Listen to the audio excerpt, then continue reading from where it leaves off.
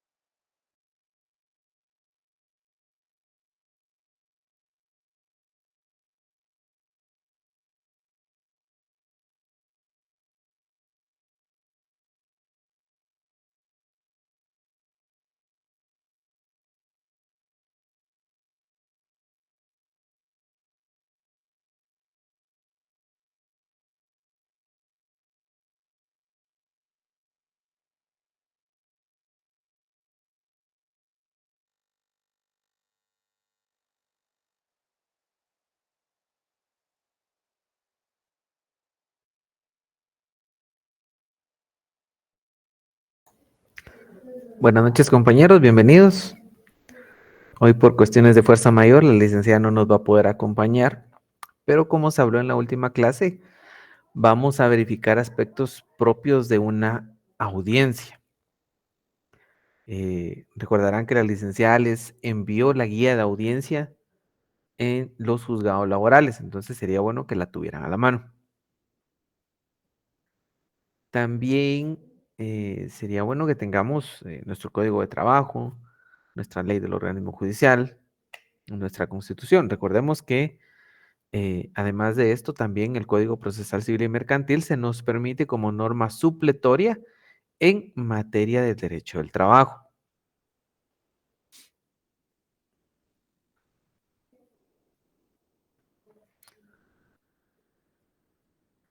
Con los compañeros previo a quienes estaban desde las 19:10 empezamos a probar el audio para que pudiéramos escuchar todos y así tengamos todos una noción clara de lo que sucede en la audiencia laboral.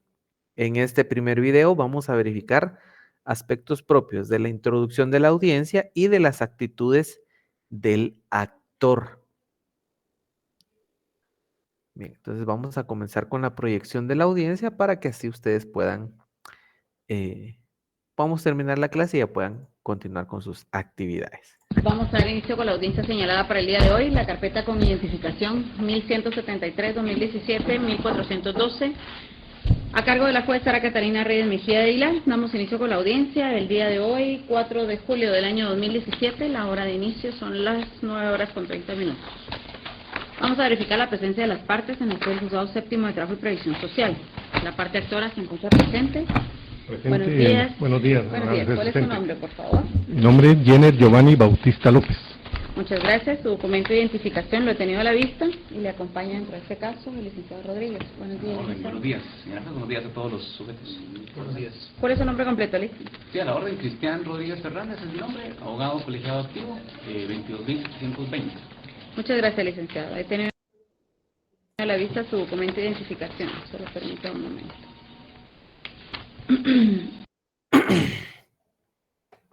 ¿Cómo dice la juez? Bien, aquí hay aspectos propios que la ley contempla. En este caso, ¿qué sucedió? La juez procedió a verificar como principio esa comparecencia de la parte actora. Si nos dimos cuenta, procedió a identificar plenamente al abogado que lo está representando. Él incluso hace la aseveración de su número de colegiado y ella manifiesta tener a la vista el documento. Ahora, ¿podría comparecer alguien que no sea abogado a esa audiencia en representación de la parte actora? Sí. Sí, ¿verdad? No, dice Brian. Alguien nos dijo que sí. ¿Alguna otra opinión? Vamos. Sí es posible, licenciado. Ajá, muy Sí bien. puede, Lic. Sí se puede. Siempre y cuando haya aprobado los cursos de laboral. Ahí estamos. En efecto. En efecto. Siempre y cuando se hayan aprobado los cursos de Derecho del Trabajo. Recordemos, los abogados en ejercicio, los estudiantes de Derecho de las universidades. ¿Y quién más puede comparecer a esos juicios? Los miembros de los sindicatos, licenciado. Así es. Así es. Entonces, tengamos bien presente que conforme con el artículo 321, también los estudiantes y los dirigentes sindicales. Ahora, supongamos que ustedes no son estudiantes de derecho, no son abogados, pero ustedes dicen, yo me puedo representar a mí mismo. ¿Podrían representarse ustedes en un juicio laboral?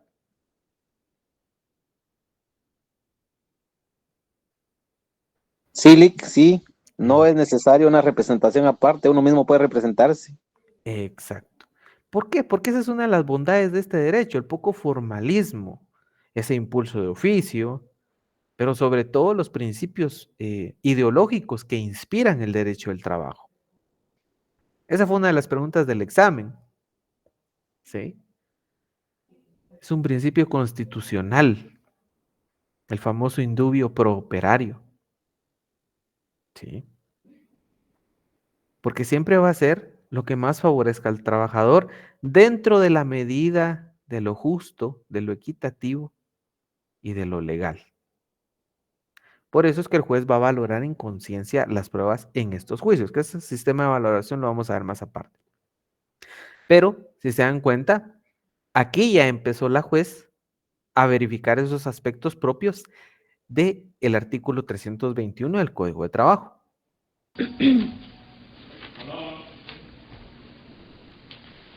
De conformidad con lo establecido en el artículo 321 del Código de Trabajo, se toma nota del asesoramiento legal dentro de este caso.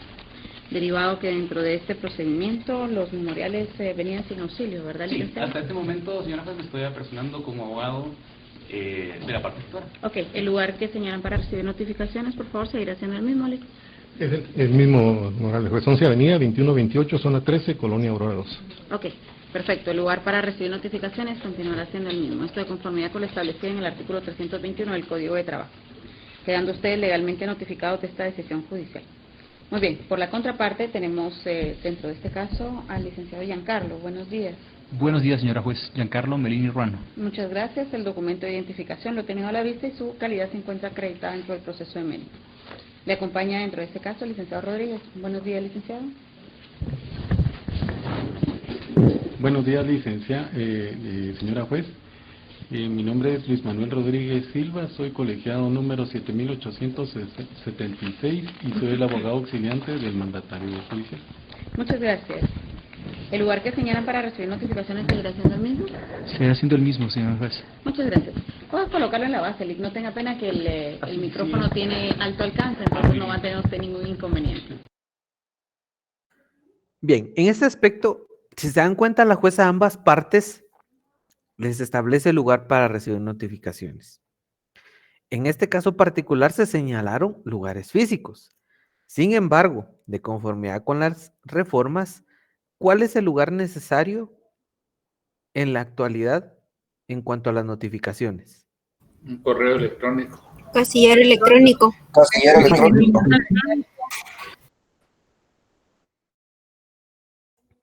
En efecto, ahora es necesario para litigar dentro de los juicios un casillero electrónico. Pero recordemos que aquí hay aspectos bien particulares en cuanto a la legislación guatemalteca. Y esto es más que todo para un conocimiento técnico y general de ustedes. ¿Ustedes creen que en aspectos de la justicia constitucional, háblese amparo, exhibición personal y constitucionalidad de las leyes, sea obligatorio plantear un casillero electrónico?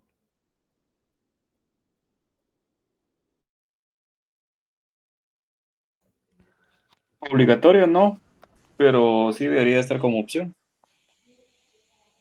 Muy bien, buena respuesta. ¿Alguien más? Licenciado, leyendo el decreto, este decreto 13-2022, 13-2022. Ajá. En su artículo 9, fíjese que ahí establece que se deberá presentar, dice, o sea, además del casillero electrónico, las copias de ley de forma física. Y esto precisamente es por las personas que no tienen todavía un casillero electrónico. Y recordemos que el derecho laboral es increíble, pero a mi parecer está sobre la Constitución por el principio del indubio pro operario, ¿eh? ¿Alguien más? Vamos, díganme, ¿qué creen ustedes? Pues para agilizar las cosas sería bueno que sí lo tuviera, ¿verdad, licenciado? Para agilizar las cosas, muy bien. ¿Alguien más? Cuéntenme aquí, ¿qué piensan?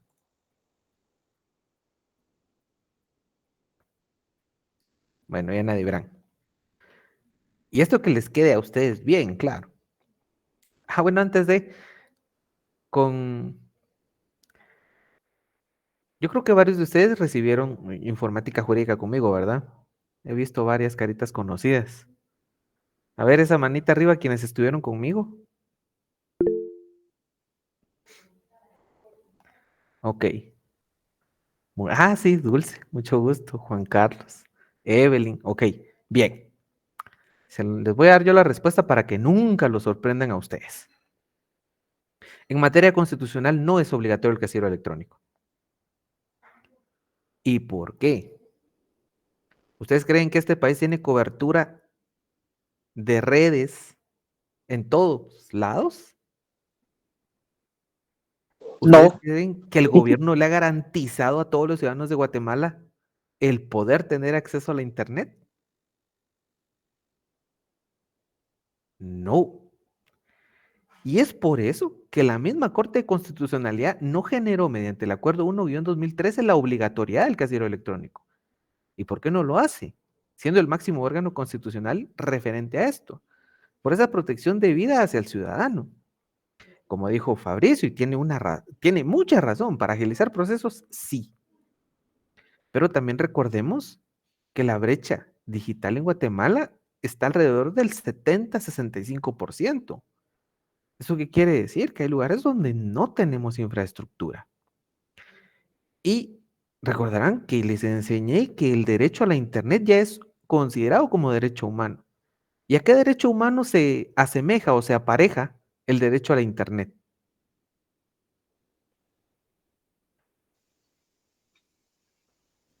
Según los relatores. ¿Derecho a la educación, licenciado? No, mi distinguido Eduardo. No. No. Se apareja a la libertad de emisión del pensamiento. Según el relator Frank Larue, esa obligación estatal no ha sido debidamente establecida. Y es por eso que les hacía la pregunta. Porque si bien es cierto, el 3 de 2022 dice que es obligatorio en los juicios, recordemos que la materia constitucional es de defensa de esas garantías mínimas constitucionales. Y aquí vamos a seguir viendo en esta audiencia aspectos propios donde una sola actuación puede desmoronar un proceso. No les voy a decir cuál es porque ahí las vamos a ir viendo. Pero en materia constitucional la Corte de Constitucionalidad actualmente no toma el casillero electrónico del organismo judicial como una situación que facilite el proceso, sino se está entrampando por ese casillero electrónico. ¿Y cómo se entrampará, dirán ustedes? Bueno, recordemos que la Corte de Constitucionalidad y el organismo judicial son dos entes independientes. Por lo tanto, la base del casillero electrónico del 13-2022 pertenece al organismo judicial. Y por ser un organismo del Estado, no debe sufrir injerencia por parte de ninguna entidad. Entonces, ¿cómo se está notificando en esos casilleros electrónicos? La Corte de Constitucionalidad está librando despachos para que sean las salas y los juzgados quienes notifiquen a los casilleros. Después de notificar, que regresen ese despacho a la Corte de Constitucionalidad. Entonces, esto es más para conocimiento general, pero para que les quede a ustedes lo que sucede intrínsecamente respecto de ese casillero electrónico.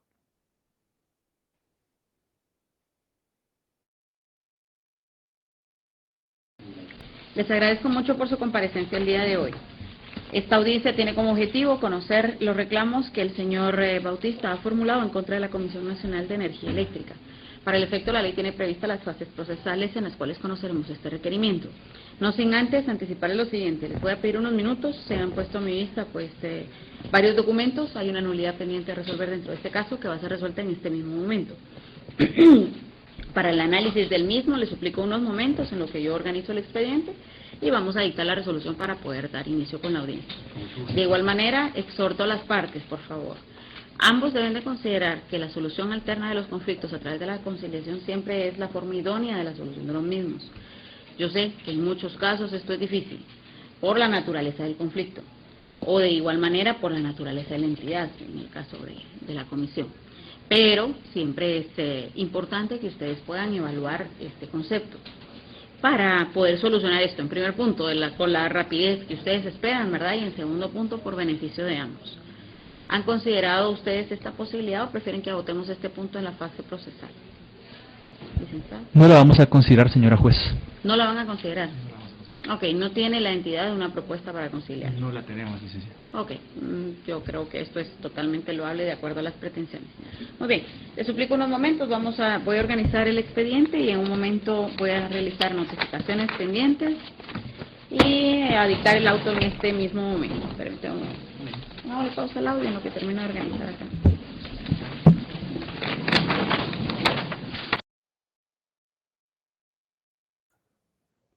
Bien, si nos damos cuenta, aquí la jueza utilizó esa facultad que le da el Código de Trabajo, que le da la Constitución, de proveer una solución pacífica.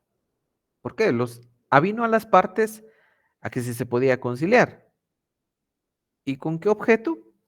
Evitar así un proceso y un desgaste que a quien va a perjudicar regularmente es a la parte actora, porque los retrasos perjudican al actor, mayormente. A la parte demandada regularmente no los va a perjudicar y es la parte que va a procurar que el proceso se dilate. Sí, lamentablemente por la carga de trabajo que existe, estamos teniendo que se señalan audiencias casi 6 meses después. Entonces, cuando se pueda conciliar, tómenlo como una alternativa o como una opción. Obviamente siempre en favor de los derechos de sus clientes, ¿verdad? Nunca vamos a atentar en contra de ellos. Acá la juez, si se dan cuenta, les pide un momento. ¿Y por qué? Porque ella lo que está haciendo en este momento es depurar el proceso. Ella les habla sobre una nulidad. Y dirán ustedes, pero licenciado, ¿qué es una nulidad? Bueno, lo vamos a ver después, pero en síntesis es un recurso que pretende eliminar todos los vicios que pueda tener el proceso para que cuando se lleven a cabo tanto la contestación de la demanda, la ampliación de la demanda, la reconvención, el planteamiento de excepciones e incluso el diligenciamiento de prueba, no se pueda atacar la estructura del proceso para seguirlo retrasando. Entonces ella toma esa actitud sabia de depuración del proceso.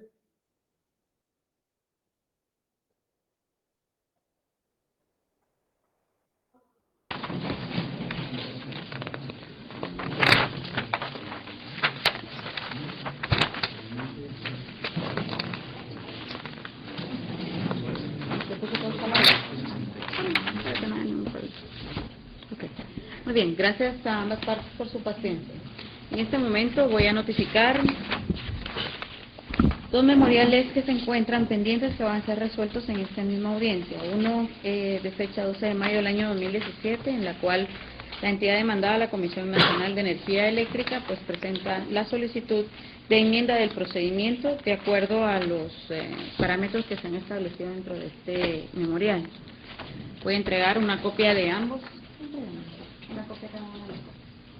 Una copia a cada una de las partes de estos memoriales. En cuanto a este memorial, el primero que se ha hecho relación, se ha puesto a mi vista el día de hoy, se resuelve en cuanto a requerimiento, que obviamente de acuerdo a las facultades establecidas en los artículos 66 y 67 de la Ley del Órgano Judicial, la enmienda de procedimiento que se ha solicitado es una facultad judicial. Es cierto, puede ser exhortada por las partes en algunos momentos cuando resulte evidente pues que existe algún problema de procedimiento, lo cual dentro de este momento, por el momento, ¿verdad?, me voy a abstener de poder ejecutar pues alguna facultad de enmienda del procedimiento, derivado que tenemos de igual manera recursos de nulidad en trámite. Por lo tanto, acogidos a lo establecido en el artículo 66 y 67 de la Ley del Órgano Judicial, esta es una facultad judicial. Muy bien, quedando ustedes legalmente notificados de esta decisión judicial. En cuanto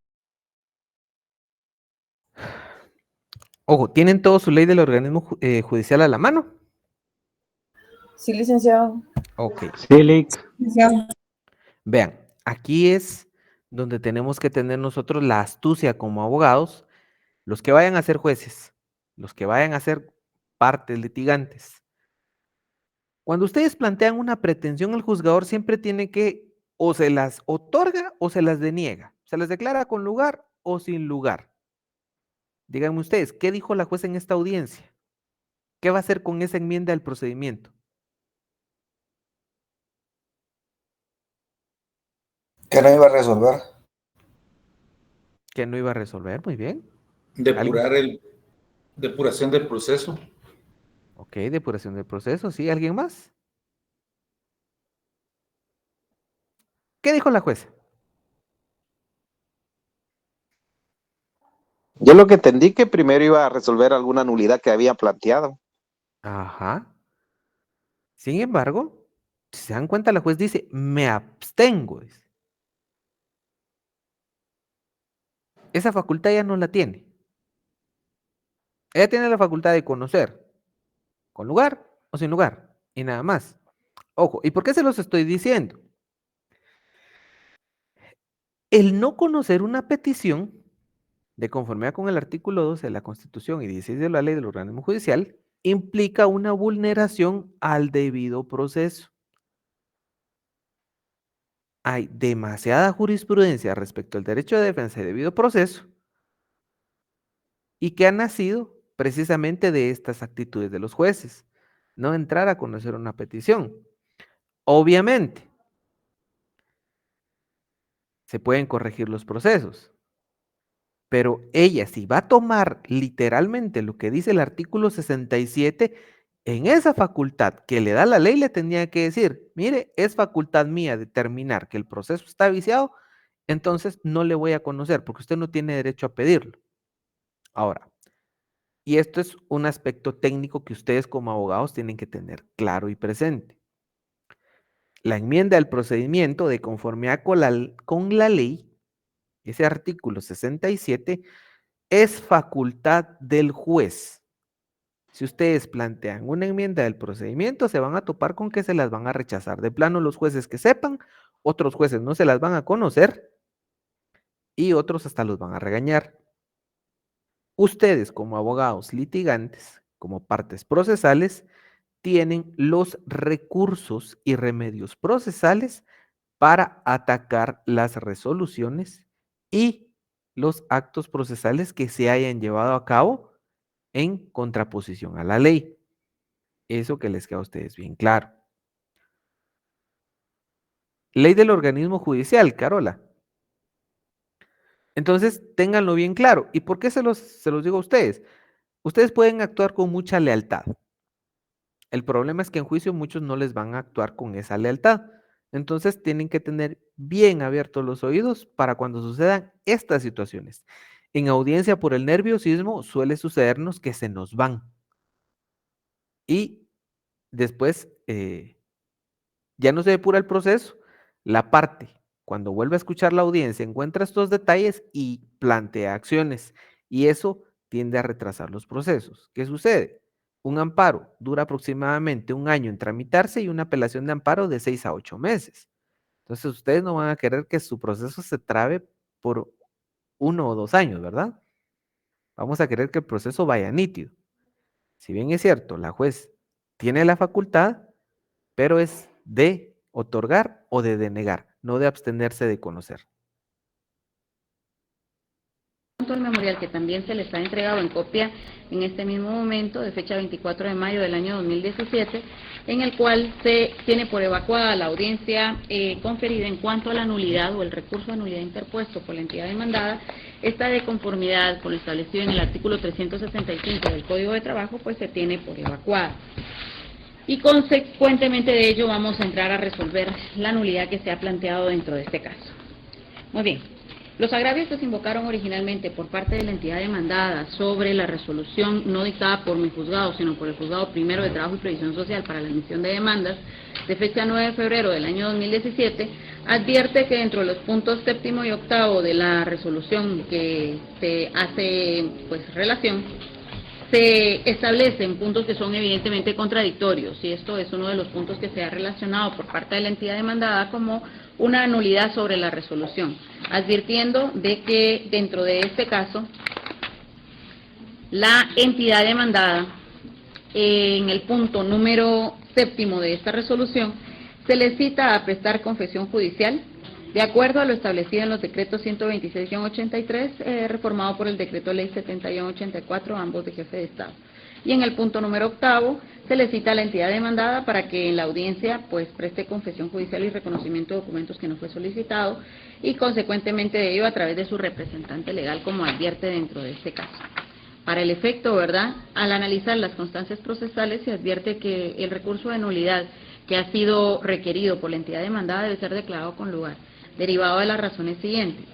En este caso, de acuerdo a la escritura pública número 13, extendida en la Ciudad de Guatemala el 10 de febrero del año 2017, en el cual la Procuraduría General de la Nación y representante legal del Estado de Guatemala otorga al licenciado Giancarlo Melini Ruano el documento que se ha denominado como mandato especial judicial con representación, advierte totalmente sobre la naturaleza de la entidad demandada, la Comisión Nacional de Energía Eléctrica y de la República de Guatemala. Como consecuencia de ello, se considera que los agravios invocados dentro del recurso de nulidad, que advierten una contradicción dentro de los puntos 7º y 8º de la resolución de fecha 9 de febrero del año 2017, evidentemente son contradictorios. Pero esto no es, obviamente, bajo un error invocado por la parte demandada. Fue un error del juzgado de admisión de demandas que puede ser perfectamente subsanado. En este caso, el punto número 7º se encuentra de acorde a la naturaleza de la entidad. La confesión judicial debe ser prestada a través de informe de acuerdo a los decretos ley 126-83, reformado por el decreto 70-84, ambos de jefe de Estado, y no como erróneamente se estipula el punto número 8º, que debe ser una confesión judicial a través del representante legal, derivado que para las entidades del Estado, pues la confesión judicial en el ramo laboral es prestada a través de informe, como lo establecen los decretos ley ya citados. ¿Apuntaron los decretos ley? No, licenciado. 126-86 es uno. 83. Gracias. Y el otro es 70-84. Gracias. Ok. Apúntenlos. Regularmente ¿Los puede repetir, Lick, porfa? Sí. 126-83 y 70-84. Regularmente cuando se plantea una demanda, estos pequeños detalles, como les digo, ustedes tienen que ser minuciosos en su trabajo. Y estos pequeños detalles en ocasiones van a hacer que los procesos se nos retrasen. Por lo tanto, a los funcionarios pídanles esa declaración por medio de informe. ¿Sí? ¿Por qué? Porque no se vayan a topar con un juez que le dé trámite a todo y que esto les vaya a generar atraso en sus procesos. Por eso ustedes lo están aprendiendo acá. Sean minuciosos para evitar esos posibles detalles. Como les digo, Son minucias, pero esas minucias con abogados que tengan cierto colmillo o cierto tiempo litigando, les van a hacer que un proceso que es de 6 meses les dure hasta 5, 6, 7 años. Sí, Edwin, adelante. Sí, licenciado. Entonces indica que en estos casos, cuando se solicita la declaración judicial, que sea por medio de un informe, ¿verdad? Cuando sean ministros, cuando sean funcionarios públicos, cuando sean jueces, cuando tengan ustedes, vea, ahí es donde nosotros como abogados tenemos que aplicar la astucia. Un juez regularmente, por la carga de audiencias que tiene, se le va a excusar. No le va a comparecer. Un ministro de Estado no le va a comparecer. Un diputado no le va a comparecer. ¿Y usted qué necesita? Usted necesita la declaración. No necesita otra cosa. Que se lo haga por medio de informe. Y así se evita usted ese problema de que le estén suspendiendo las audiencias. ¿Sí? Eso es lo que ustedes tienen que verificar, dinamizar sus procesos. ¿Por qué? Como les digo, la carga laboral, la carga en derecho del trabajo es excesiva. Y esos juzgados de trabajo están cargadísimos y las audiencias, salvo el juzgado séptimo, que es uno de los que más rápido trabaja, la mayoría de juzgados les están dando de 4, 6 y hasta 8 meses para señalarles una audiencia. Entonces, dinamicen sus procesos. Sí, Kevin, adelante. ¿Qué tal? Mucho gusto. Tal vez al respecto, bueno, me viene a la mente un caso en donde precisamente una autoridad se excusó en varias oportunidades por estar con quebrantos de salud en un proceso laboral. Entonces, podría entonces el abogado solicitar que la confesión, bueno, la cuestión es así como las pudiera realizar, o la carga de la prueba o la diligenciamiento del prueba o el testimonio, la declaración, esta autoridad a través de un informe en lugar de que se presentara, porque como se excusó varias veces que por algunas cuestiones que estaban con quebrantos de salud, ¿verdad? En efecto, si se dan cuenta, yo no les estoy hablando de lo que no pasa. Kevin nos acaba de dar precisamente lo que sucede muchas veces, o es más. Hay ocasiones en que destituyen a ciertas autoridades y para que se les presenten es un dolor de cabeza. O cuando están con que precisamente se enferman los días en que va a haber audiencia. Entonces, ¿qué va a pasar? Si es por medio de informe, bueno, sí, pero hay 6 meses entre la audiencia y la audiencia y desde que se solicitó. ¿Sí? Y entonces, ¿qué pasa? Les decimos, bueno, mire, tráigamelo como informe. ¿Por qué? Porque no le va a decir, hoy va a ser el informe y hoy me enfermé. No. Porque entonces ahí ya le echamos a INASIF. Bueno, señor juez, mire, se está enfermo siempre, bueno. Queremos ver por medio de INASIF. O lo exhibimos personalmente para ver qué está pasando con él, ¿sí? Pero obviamente, eso ya es astucia de nosotros como abogados, ¿verdad? Nosotros vamos a buscar esas salidas para que no nos entrampe en el proceso. En este caso se tomó como parte del Estado, ¿sí? Bien, vamos a seguir con esto, porque como les digo, aquí vamos a ver desde la práctica, pero también vamos a ver cómo nosotros podemos dinamizar un proceso para evitarnos nosotros que nos vayan a estar entrampando y que nuestros... El reconocimiento de documentos, como se ha advertido, no fue uno de los medios de prueba propuestos por la entidad demandada. Puede haber sido un error de redacción dentro del juzgado de admisión de demandas, lo cual indujo a las partes a una creencia confusa en cuanto a la forma de diligenciamiento de este medio probatorio. Por lo tanto, este recurso que fue interpuesto por la entidad Comisión Nacional de Energía Eléctrica de la República de Guatemala debe ser declarado con lugar y resolviendo conforme a derecho, debe prestar la entidad demandada el medio de prueba de confesión judicial a través de informe, como lo establece los decretos Ley 126-83, reformado por el Decreto Ley 70-84. Los fundamentos de esta resolución son los artículos 365 del Código de Trabajo más los decretos ley citados, aunado al artículo 354 del Código de Trabajo aplicable en lo que respecta a este aspecto. quedando ustedes legalmente notificados y de esta forma vamos a subsanar el error que se cometió originalmente en la resolución de fecha 9 de febrero del año 2017, quedando ustedes legalmente notificados de esta decisión judicial. Muy bien, con esto pues ya hemos superado los memoriales que teníamos pendientes y los recursos que teníamos pendientes a esta audiencia. Vamos a iniciar con las fases procesales. La primera de las fases es la fase en la cual la parte actora aún puede ampliar la demanda. ¿Tienen ustedes ampliaciones a la demanda que deseen aceptar en la audiencia? Sí, honorable juzgadora, vamos a ejercer nuestro derecho de conformidad con el artículo 338 de presentar, traemos un memorial de ampliación de la demanda en cuanto a hechos y reclamaciones. Entonces, si me permite acercarme y presentarle las cosas. Sí, gracias, licenciado. Acérquese, por favor. Gracias.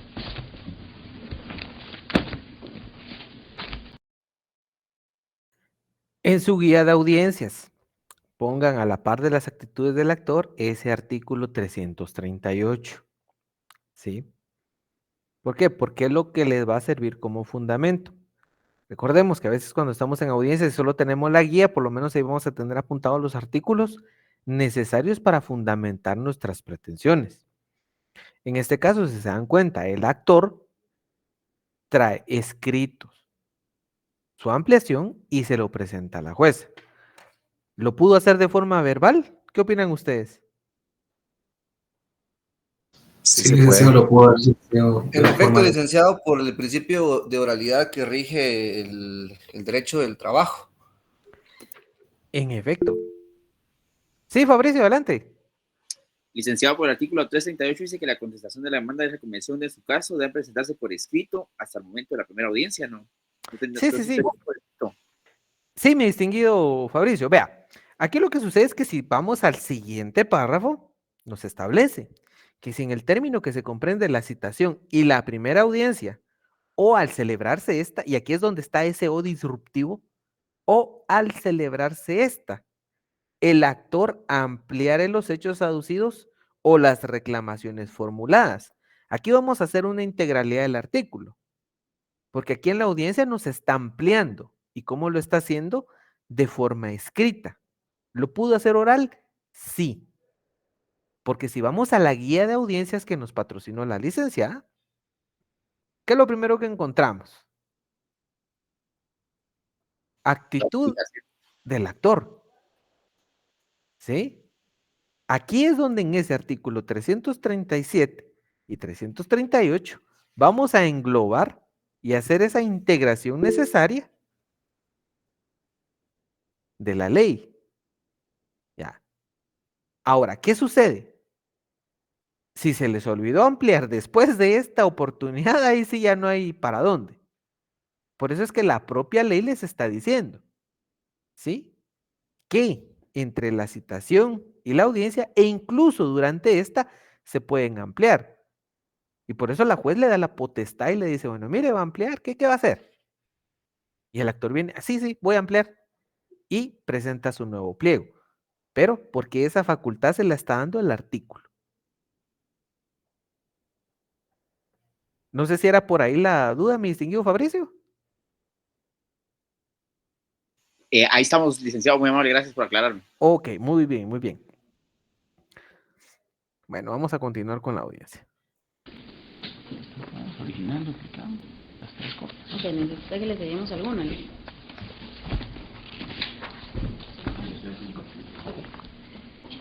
Esta es la copia para firmar y esta es la copia para... ¿Escucharon a la juez que le dijo? Quiere que le seguimos alguna lic. Ustedes siempre pidan su copia sellada. Porque después no vaya a ser la de malas que se extravíe el expediente y se quedaron sin nada. Y no, que yo sí lo presenté, no. Que lamentablemente el sistema de gestión de tribunales falla. Y demasiado. Entonces, siempre tengan sus sellos de recibido.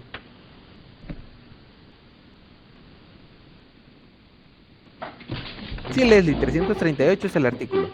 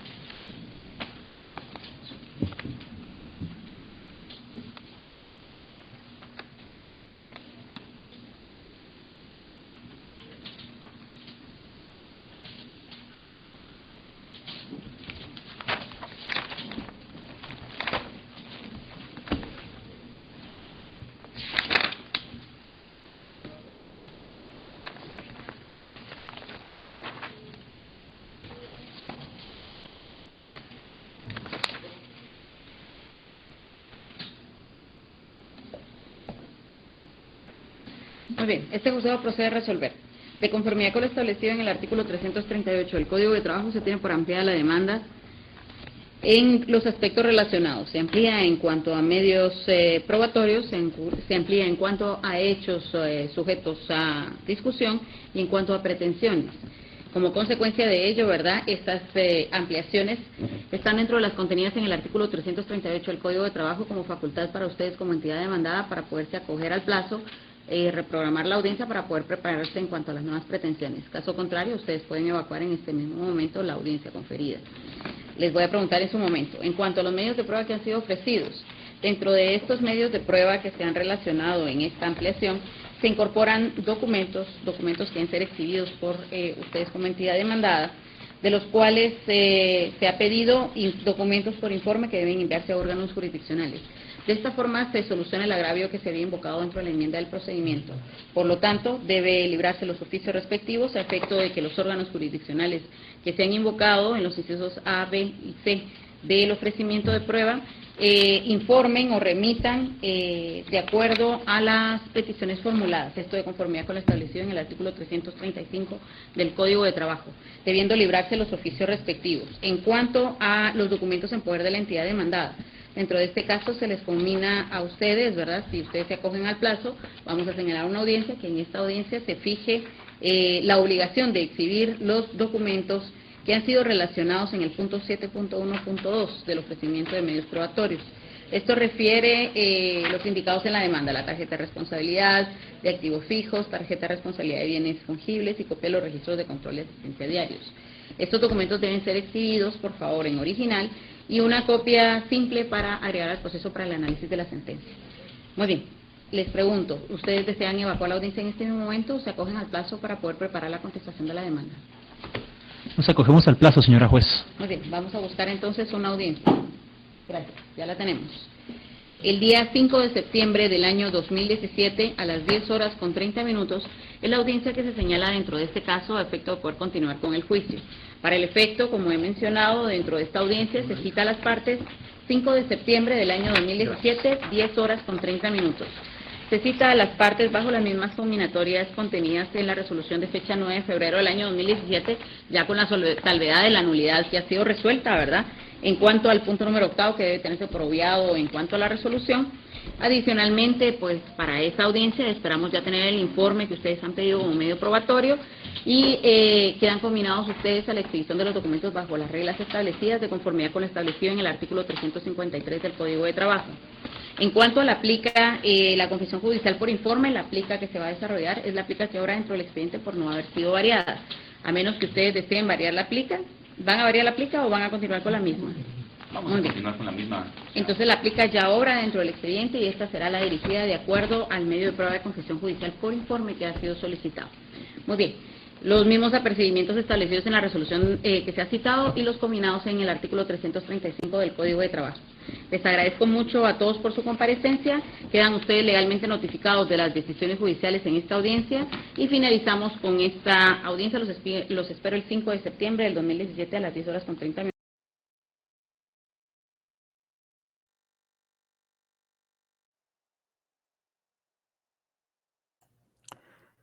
Muy bien, si nos damos cuenta de la guía que previamente nos fue proporcionada por la licenciada, tuvimos desde la identificación del expediente, la hora de inicio, la hora de fin, por qué medios se estaba llevando a cabo el guardado de la audiencia. Se identificó por la jueza a los sujetos procesales, se les solicitó su lugar para recibir notificaciones, ¿sí? También, si nos damos cuenta, ya la jueza procedió a la fase de conciliación. ¿Y por qué? Porque la conciliación no tiene un orden establecido. La jueza manifestó esa voluntad de ella de ser un agente social, de ser ese amable componedor, y les manifestó ese derecho y esa potestad de conciliar. Obviamente, la misma juez. Y esto debemos aplaudírselo, porque muchos jueces, de conformidad con el artículo 168, deben imponerse de las actuaciones. Lamentablemente no lo hacen y llegan a las audiencias con desconocimiento de los procesos. Sin embargo, ella sabiamente se impuso de esas actuaciones y es por eso que, si ustedes se dan cuenta, ella misma lo dice en la audiencia, por la forma de las pretensiones. ¿Eso qué quiere decir?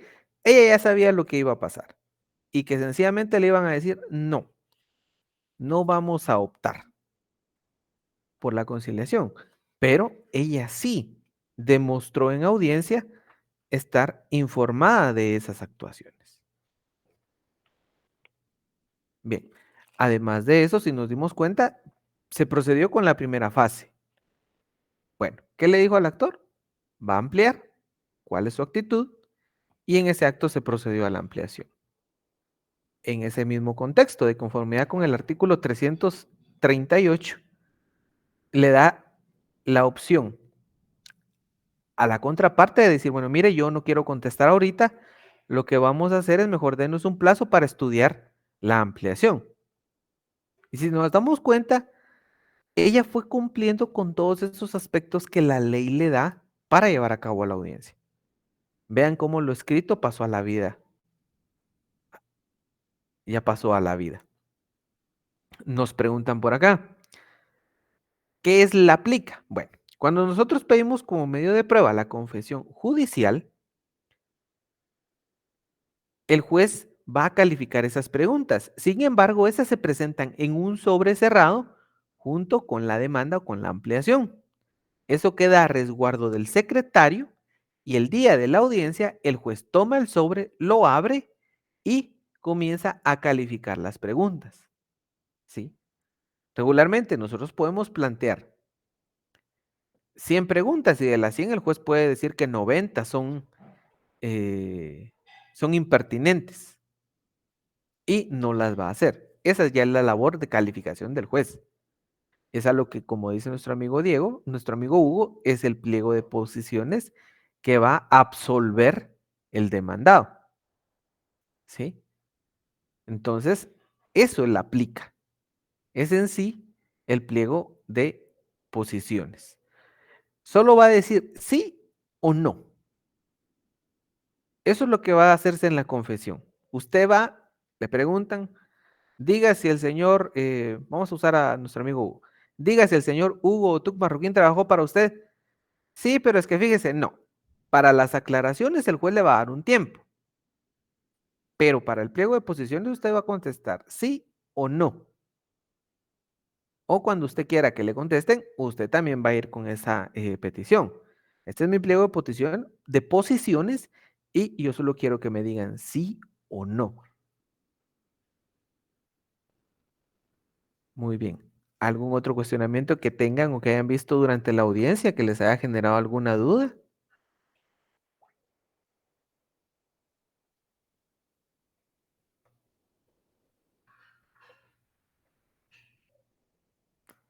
¿Todo quedó claro con la audiencia que vieron? Licenciado, disculpe una pregunta. En el caso de la jueza que se abstuvo de conocer lo que se le estaba solicitando, ¿ahí se tiene que aceptar o hay alguna situación que se pueda presentar debido a la postura que ella asumió?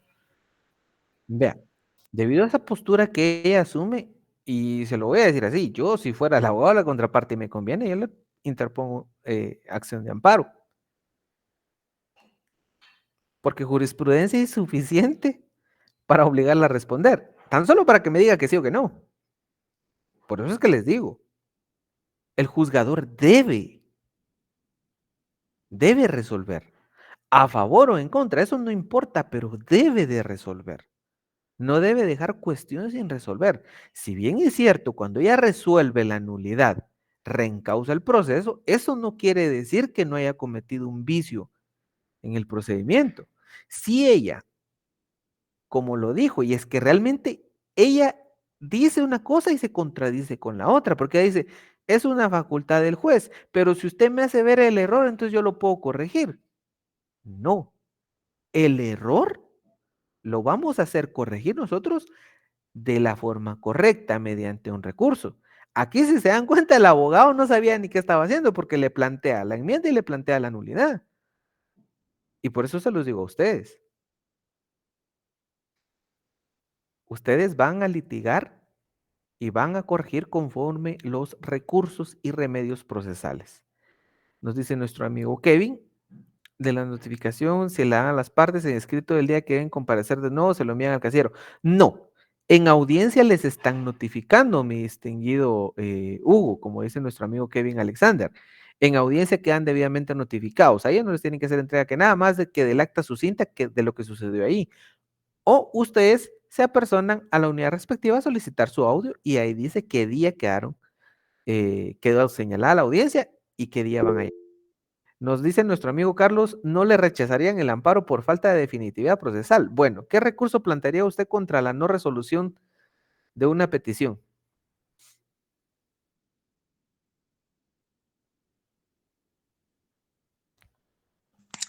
No sé, tal vez alguno de queja, Lick. Vea, mi amigo. Y aquí es donde la propia juez ella misma se contradice en lo que está diciendo. Porque yo estoy muy de acuerdo con ella en que es una facultad. Y yo como abogado, yo nunca le plantearía una enmienda del procedimiento a un juez. ¿Por qué? Porque es facultad de él. Y se establece que se puede plantear el recurso de apelación contra el auto que declara la enmienda del procedimiento. Sí. Pero cuando nace del juez esa enmienda del procedimiento, no cuando nace de una petición de un tercero. Esos son detallitos que tenemos que tener bien en cuenta. Si ustedes están litigando un proceso y el juez viene y plantea una enmienda del procedimiento, por él, sin que nadie le haya dicho nada, ustedes pueden plantear la apelación. Si nace Buenas noches. mucho gusto. Perdón. Si nace de una petición externa, ahí ya no es apelable porque no nació del juez esa enmienda del procedimiento. Sí, Mario, buenas noches. O sea que el error estaba en la solicitud, Lick. O sea, porque lo que hizo el abogado fue solicitar enmienda y también nulidad. Exactamente.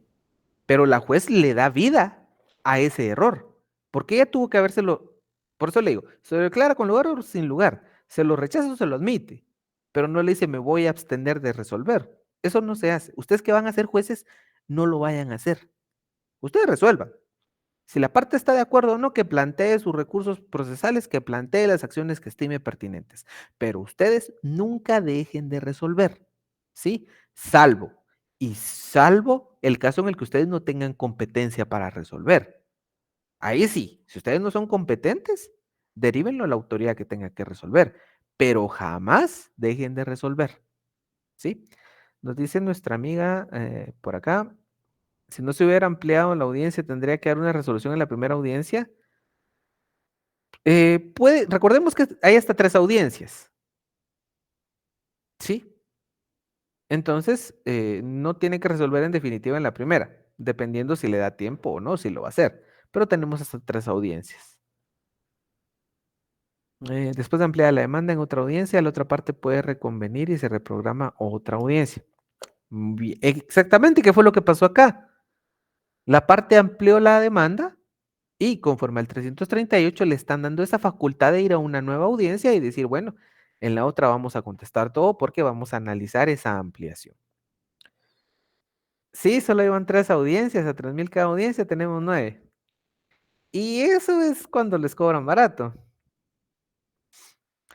Pero como les digo, tengan cuidado de buscar siempre sanear sus procesos, porque hay quien no litiga con la debida lealtad y les pueden atrasar sus casos. Por eso ustedes estén atentos a lo que pasa en las audiencias. Pequeños detallitos son los que generan que un proceso se pueda entrampar. Lick, una pregunta. Sí, mi señor Carlos, adelante. Al finalizar la audiencia, escuché decir a la jueza, ¿quieren que evacuemos de una vez la audiencia como dijo, o se apegan al plazo para la siguiente audiencia? Dijo algo así como que si ellos no aceptaban que se reprogramara la audiencia, se resolvía de una vez. Algo así le entendí yo.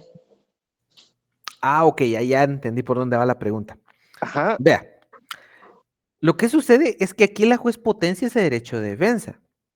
Porque ahí la parte tiene derecho de decir, no sabe qué, démelo, lo voy a leer y le voy a contestar de una vez la demanda. ¿Sí? Pero lo que la jueza fuera a hacer dependía estrictamente de la voluntad del demandado.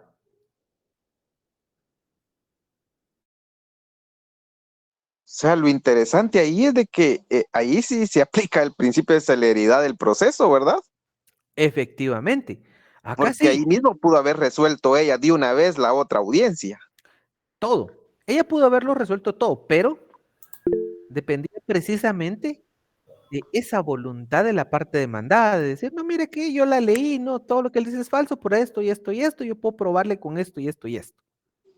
¿Sí? Porque aquí también potenciaríamos el principio de oralidad. Ajá. Sí, en efecto. Si nos damos cuenta, hay mediación, hay economía procesal, hay oralidad, hay impulso de oficio.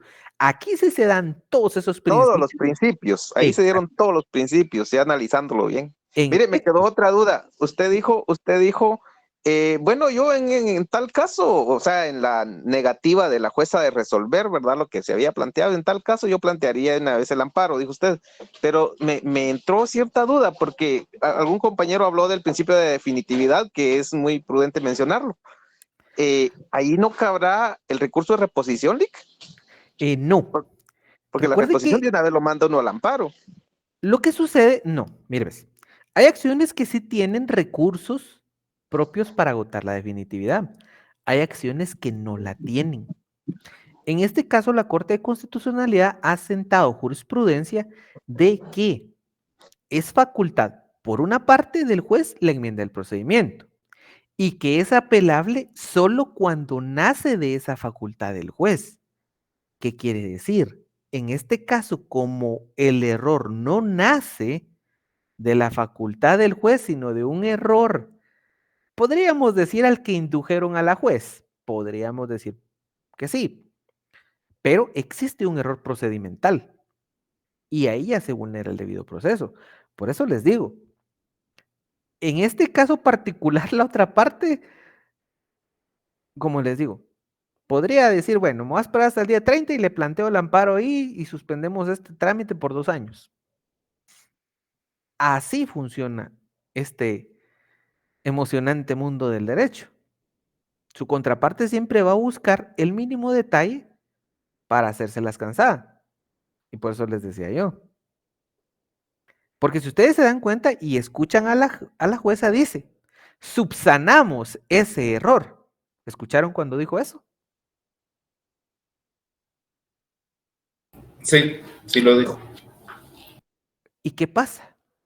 La subsanación no se da acá se enmienda el procedimiento. Porque la propia ley nos manda al procesal civil y mercantil. La subsanación se da en materia penal. Porque ahí se da el reclamo de subsanación por actividad procesal defectuosa. Vean, son pequeños tecnicismos, pero que ustedes deben de tener bien claros y en cuenta. ¿sí? Porque entonces, ¿qué vamos a hacer cuando nos planteen el amparo? Conforme a esto que pasó con la jueza. Venimos nosotros y decimos que efectivamente eh, se dio un error por parte de la jueza, pero que el mismo ha sido desvanecido mediante el recurso tal. Por lo tanto, nosotros vamos a solicitar no que no se tramite el amparo, sino que vamos a solicitar que se suspenda por no subsistir el acto reclamado. Les estoy dando asesoría hasta de constitucional para que les quede de una vez, ¿sí? Porque como alguien les puede plantear el amparo, ustedes pueden plantear la suspensión. Eso se los enseñará su catedrático de procesal constitucional, pero son cuestiones que en la práctica uno tiene que saber cómo atacar cuando a uno le quieren retrasar un proceso. Muy bien. Brenda, ¿nos quería decir algo? No, Lick, solo con respecto a lo que el compañero mencionaba de la celeridad, que nada más recordar que esta es una de las características de los juicios en temas laborales, cosa que lamentablemente no se ve en otras ramas, ¿verdad? Y sí, honestamente me sorprende mucho que solo por eso que hizo la jueza podamos interponer un amparo. La verdad es que nunca me había preocupado en verlo desde ese punto de vista. Sí, por eso les digo, nosotros aquí les vamos a compartir el conocimiento de la vida, lo que pasa en los tribunales. Al final lo que necesitamos son buenos abogados bien preparados para que al final, pues, las personas puedan tener una debida asesoría, que es lo que buscamos ahorita en la facultad. ¿Alguien más con alguna duda? Estamos para servirle de una vez. Vamos a compartir el video. ¿Qué dicen ustedes? ¿Lo compartimos? Ah, Bien. sí, sería de ayuda. Bien, lo vamos a compartir. En un drive, Lick, en un drive. Bien, lo vamos a compartir, no tengan pena, vamos a compartir Lick, por el video. favor. Sí, lo vamos a compartir. No, ustedes no tengan pena, el conocimiento se comparte, no se esconde. Muy bien, ¿quién me levanta la mano? ¿Carla? Ok, bien. Entonces, como les decía, si se dan cuenta de pequeñas incidencias, es como los procesos se van o ampliando o se van acortando. El proceso laboral pudimos apreciar en este momento cómo todos esos principios filosóficos fueron llevándose a cabo dentro de la audiencia y cómo la propia juez fue haciendo que esa poca normativa, porque si nos damos cuenta, vamos del artículo 334 al 338. Y ya sucedieron una infinidad de cosas en esa audiencia. Desde errores de procedimiento, desde resoluciones, desde que el abogado le plantea dos formas para ver cuál le pega. ¿Sí? Entonces, para nuestro conocimiento, ahí está. Hoy aprendimos que nosotros atacamos resoluciones y procesos mediante recursos. ¿Sí? Recursos. Salvo en materia penal que hay una forma extra, pero esto ya se los enseñará su catedrático. Pero nosotros atacamos resoluciones y procesos mediante recursos. Ya en última instancia, mediante una acción constitucional. Muy bien, compañeros. Si ya no tenemos dudas, esto ha sido todo por hoy. Muchas gracias por habernos acompañado el día de hoy. Ya pasamos el link de asistencia.